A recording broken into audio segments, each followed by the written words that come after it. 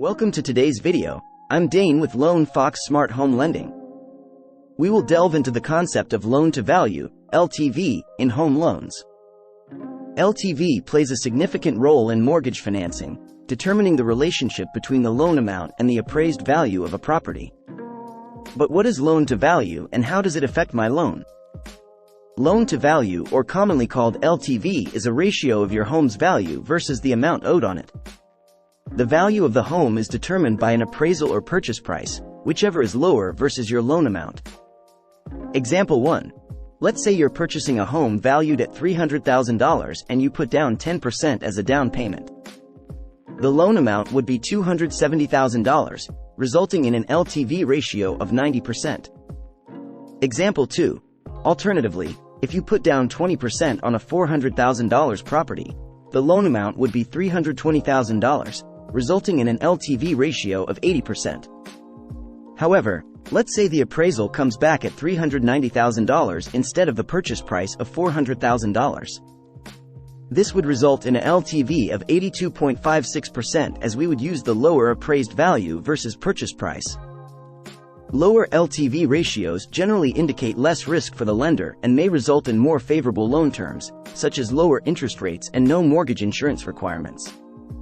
If you have loan-to-values of 80% or less, this would generally mean you wouldn't need mortgage insurance. Although some loans like VA loans don't have mortgage insurance, so check with your loan officer about which loan you are qualified for. The best rates on most 30-year loans are found at 40% down or 60% LTV. Now let me give you a couple of good tips. First, if you already own your home and you feel that since you bought it the value has gone up, you may be able to have your mortgage insurance dropped if it is a conventional loan. For example, you bought your house 3 years ago with 3 or 5% down. In that time the housing market went way up, or you made a lot of improvements. Did you know you can contact your mortgage servicer, where your mortgage statement comes from, and ask them about the process to remove your mortgage insurance? Generally, you must request the drop via mail or a form and then pay for an appraisal to get a new value for your home.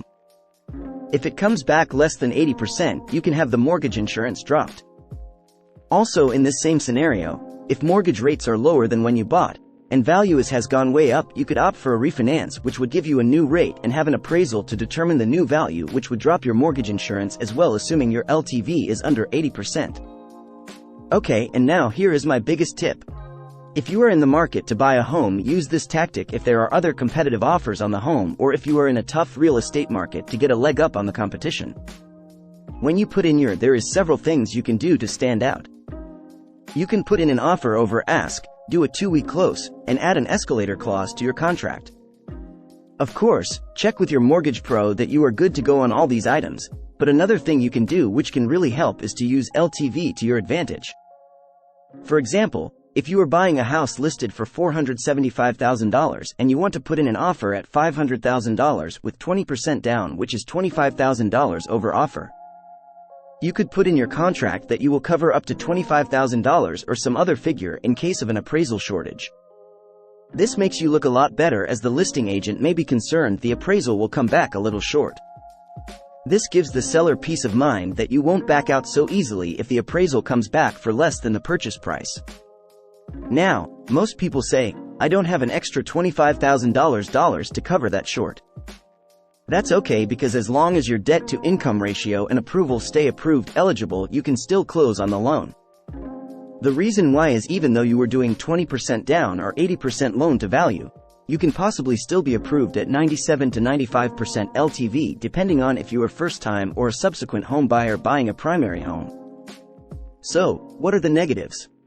Well, the negatives would be that you are buying a house that is potentially worth less than you paid. This may or may not matter. For example, if you are going to fix the house up to improve it, that would increase value post-closing. Also, if you stay in the house long enough, you could likely gain a lot of home value over 5 to 10 years. The other negative is if you don't have 80% or lower LTV, you will have mortgage insurance.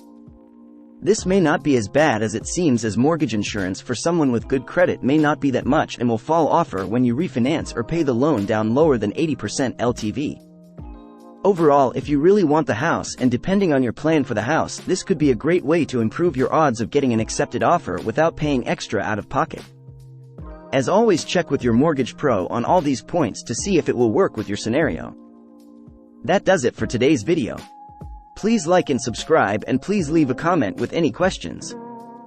Comment down below on what you would like me to cover next, and if you are in Oregon, Washington or Kentucky markets, let me know if I can help you with your home loan.